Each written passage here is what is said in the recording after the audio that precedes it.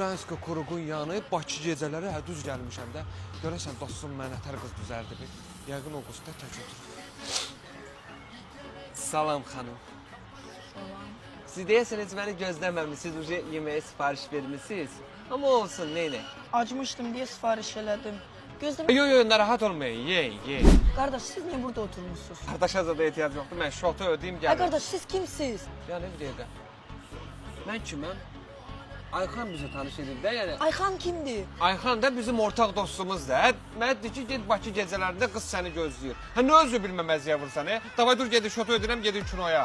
Ay kardeş ne Ayhan tanıyıram ne sen tanıyıram. Siz ne danışırsan? Ola bilər tanımırsan. Ayxan biraz keçəlləşib elə, bir də görsəniz mən də tanımıram. Amma bu bizim kinoya gedəcəyimiz gerçəyi dəyişdirmir. Dur getdi. Ay elvi çekiyorum. Benim adım nedir? Sən adır Rəyana. Yok. Rəyanadır. Amma bu bizim yenə də kinoya gedəcəyimiz gerçəyin dəyişdirmir. Dur, rədd ol, getdi. Dur getdi. Ey Allah bu ne kinoymuş. Redd ol da.